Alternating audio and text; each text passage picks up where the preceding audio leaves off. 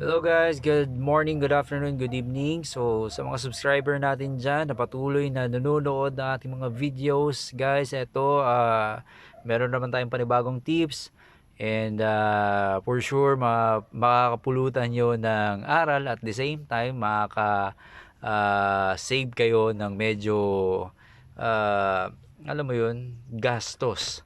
Kasi itong tips natin for today guys, pag dinala mo to sa kasa or dadalhin mo sa ibang mekaniko or auto shop repair, so medyo magastos to. Pero kung meron ka namang kahit papano skills or kahit papano gusto mo namang matuto, so this video is for you. So ngayon ang tips natin is hanapin yung ground. Okay, so unang-unang i-check mo syempre, eto guys ang papakita ko sa inyo, ground to ng blower sa likod ng van. Ang unit natin today is syempre none other than photon. Okay, so ang photon guys medyo mahirap yung piyesa nito. Kaya kung bibili ka ng photon, well ang photon medyo malakas talaga yung makina. So kailangan mo lang talagang siguro pag-aralan din kung paano siya i-fix. Kasi nga may kahirapan yung ulitin, kung may kahirapan yung piyesa nito. So like for example yung concern natin today is tawag dito grounded. So ngayon check natin paano malalaman kung grounded yung blower dito sa may likod ng sasakyan mo. So unang-una, i-check mo syempre, i-on mo yung ignition, on mo yung ACC, ACC lang, huwag mo na i-crank. Okay? So pag na-on mo na yan, ngayon, i-on mo naman tong switch niya dito sa blower. Okay, so pag na-on mo na yan, and dalawa kasing switch na ito guys. Okay. So ang blower dito sa harap, okay. Definitely yung blower dun sa likod dapat umaandar na yan, but supposed to be hindi. So ngayon syempre hindi pa talaga siya gagana, but chinek namin kanina yan. Ang nangyari kasi dito pag ino-on mo, merong tumutunog na relay dito. So the moment na merong tumutunog na relay dyan, automatically may ground siya. Ang relay kasi ang trabaho nun, pag i-on mo, magkiklik siya. Pagka i-off mo, definitely magkiklik din siya. Pero ang status natin today guys, ang nangyari naman, pag in-on mo siya, tuloy-tuloy yung clicking noise niya. So, the moment na ganun, pag tuloy-tuloy yung clicking noise, meaning grounded yung isang, may ground dun. Either, usually pagka ganun, sa ano yun, sa switch, or di kaya sa wirings na. So, sa case natin ngayon guys, sa wirings, so nakita namin, eto, nakita natin to. Yan. So, talagang mag-ground to kasi unang-una, tinap lang basta-basta dyan, tapos wala man lang electrical tape, and kung makikita nyo din, sunog na rin siya. Okay, so yun, ang gagawin natin, papalitan natin to. So since wala tayong pampalit, gagawa na lang natin ng paraan. For only, actually ang nagastos natin dito, electrical tape, magkano electrical tape? 10 pesos. Okay, then eto, bibili lang din tayo nito. So electrical tape, tsaka ito, so worth 24 pesos to. Pero ito 100 pieces na rin, so magagamit pa sa ibang bagay. Okay, so yun lang yung kailangan natin. And kung may shrinkable tube ka dyan, much better. So ang shrinkable tube, siguro makakabili ka sa Lazada, worth 17 pesos. So ang dami na nun. So yun lang gagamitin natin dito para mas matibay, at kahit na tanggal-tanggalin, hindi talaga basta-basta matatanggal. Okay, so yun yung gagawin natin dito. Okay, so pakita ko sa inyo paano siya gawin. Syempre, ang unang kailangan natin dyan, gunting, Yun lang naman, gunting. Tapos kaya-kaya na natin gawin yan. Okay? So, pakita natin kung paano. Okay guys, yun nga, naputol yung gunting natin kaya gamitan natin na ito. So which is para sa akin, mas madali ito kasi unang-una, ito iikot mo lang, then automatically madali siyang matanggal and wala din mapuputol na kahit tibla ng wire. Okay, so yun. So ito nabalitan na natin, napakadali. Then ito, same lang din, ikot. Ikot ng paganyan. Hindi makaikot yung kamay mo, baliktarin mo sa kabila naman. Okay. So, ganyan lang yung process. Konting uga-uga, then pwede mo na bunutin. Ganun lang siya kadali. Ganun din dito.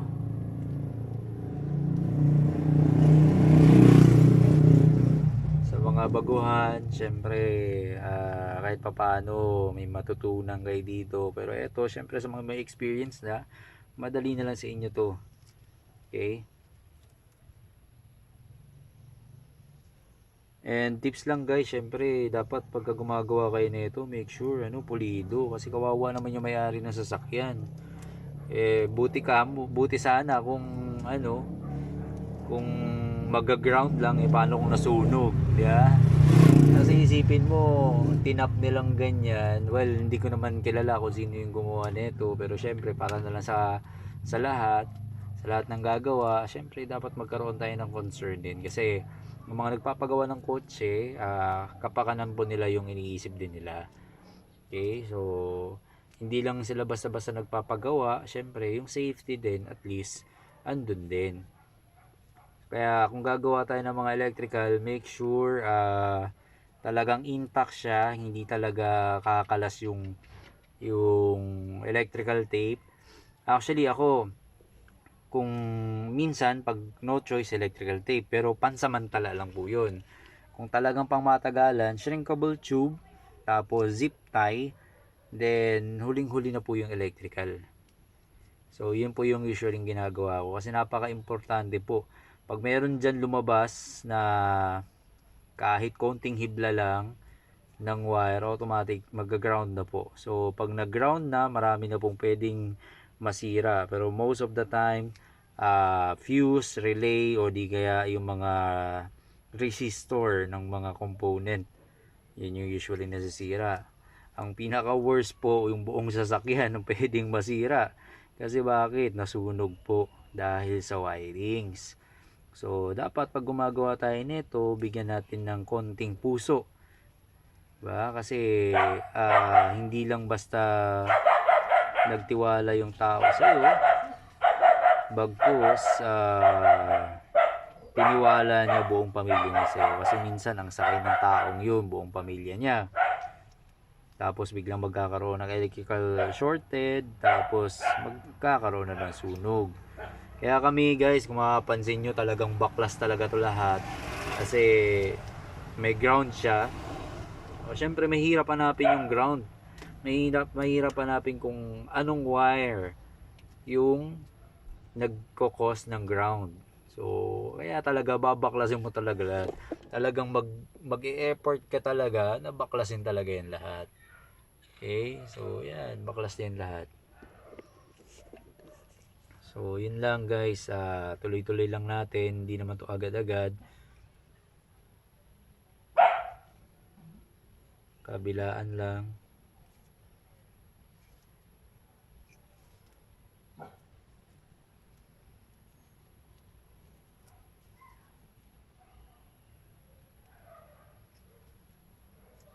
Lahat ng possible na pwedeng mong puliduhin na wire na makikita mo pag binaklas mo, puliduhin mo na.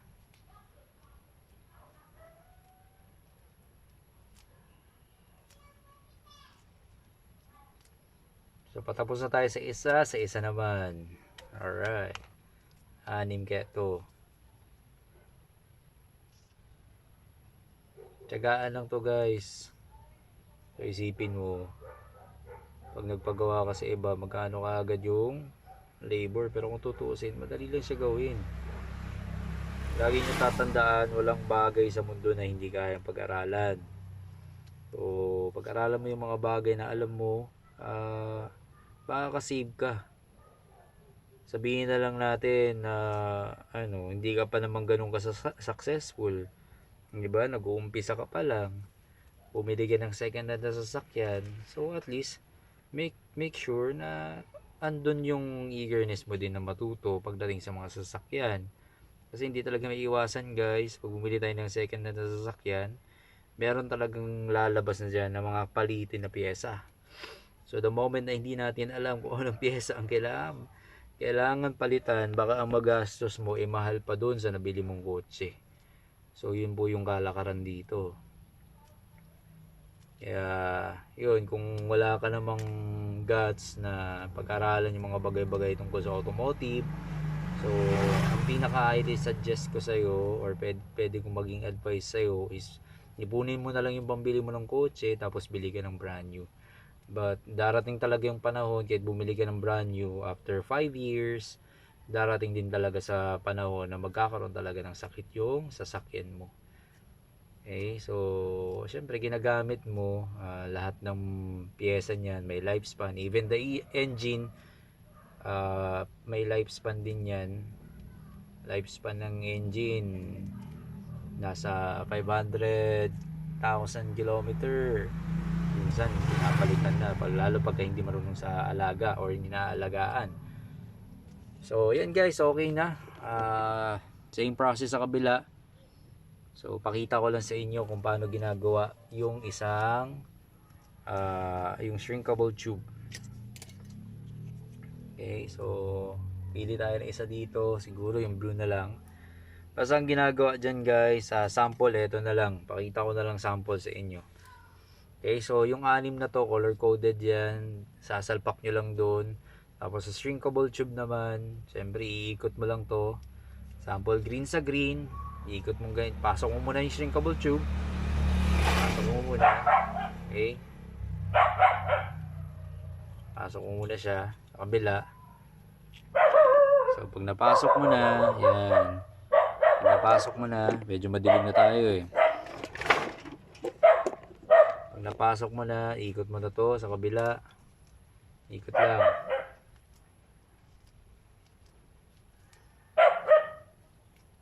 Tapos pahiga mo na, so yan, nakatayo na yan, papahiga mo lang to. Tapos pasok yung shrinkable tube. Tapos heat gun or lighter. So sa status natin ngayon, lighter lang meron tayo. So lighter will do. So kayang-kaya na ng lighter yan. So ganun lang. Shrinkable tube, automatic. Yung shrinkable tube na yan, siya yun mismo yung maghihigpit dun sa So yan. Isipin mo, shrinkable tube pa lang, matibay na. Okay, so hindi na siya basta-basta natatanggal. Hindi na yan basta-basta natatanggal. Ang malupit doon, sasamahan pa natin ng eto, nylon cable ties. So sasamahan pa natin ng cable tie. So kung saan yung may ikot guys, doon mo siya ilalagay. Okay, so doon mo siya isasakto para at least mas intact. So hindi siya aangat. Pero eto guys, sa shrinkable tube pa lang, goods na yan. Eto, suporta na lang to. So kung saan nakatali, doon mo siya hihigpitan. Alright? So pag nahigpitan na, okay na yan. Then after that, putulin mo lang yung sobra. Okay na. Okay? Yan. So ngayon, ang pinakahuling gagawin natin is yung electrical tape. So syempre, sa electrical tape, para lang malinis tignan. So babalutan mo na ngayon siya ng electrical tape. Tapos sa electrical tape pala guys, para hindi ka mahirapan kung paano magbalot, lalo na pag medyo nasa ilalim yung lalagyan mo, ang gawin mo lang, pagkakuha mo ng ng isa. Okay, so usually ginagawa ko dito guys, so kakuha ko ng isa, papahabain ko ng pagganyan, tapos iikot ko ngayon siya dito. So ikot lang hanggang sa makabuo ko ng medyo madami-dami. Okay? Ayan.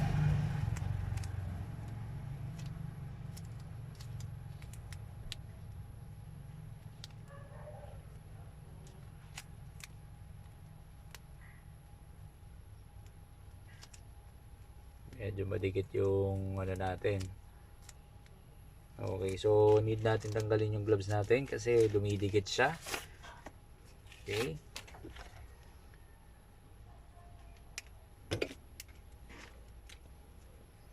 So ito guys, iikutin mo lang siya.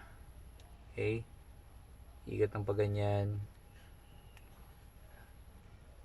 hanggang sa makabuo ka ng medyo madami-dami. Itong purpose na ito guys, para hindi ka mahirapan. Kung sample, nasa ilalim yung ginagawa mo, ikot mo lang siya paganyan. So medyo madami na. Gets na yan. Putol. Up. Yan. Tapos ito, dali lang siyang gawin kasi naka-rolyo na siya. So pag nirolyo mo pa ganyan, ikot lang. Ikot mo lang siyang pa ganyan. Okay. So madali siya. Kahit nasa ilalim yung ginagawa mo, ikot-ikot mo lang ganyan. Okay. So, makikita mo, black na siya. Oh, yun na yun. Ganyan lang siya. Ganyan lang kadali. Magpalit ng wires or magkabit ng wires. Okay, so kung may ground, may mga nakikita kayong grounded, so ganyan lang gawin nyo. So okay, so basta guys, lahat ng yan gagawin mo siya, kakabit mo dito sa dulo kasi syempre wala kang socket, so yun ang gagawin mo. Okay, so paulit-ulit lang yan, 6 na beses mo lang gagawin, then after that okay na yung problema mo. Okay, so sa halagang magkano lang, 24 pesos, shrinkable tube. Ang shrinkable tube, 17 pesos sa Lazada. Syempre may shipping fee. Siguro, I don't know kung magkano shipping fee ngayon. Siguro nasa 65 pesos. So, worth 100 pesos. Not bad. Lahat na ng ground na tingin mong pwede mong palitan, kaya mo nang palitan sa worth 100 pesos. Kasi madami na po yun. Okay, so yun lang guys. Don't forget to subscribe. Syempre, share nyo na rin sa mga kaibigan nyo. And like nyo na din yung video na to para at least tuloy-tuloy tayong gumawa pa ng panibagong daily tips. Day by day or every day. Okay, so yun lang guys. Maraming salamat. God bless.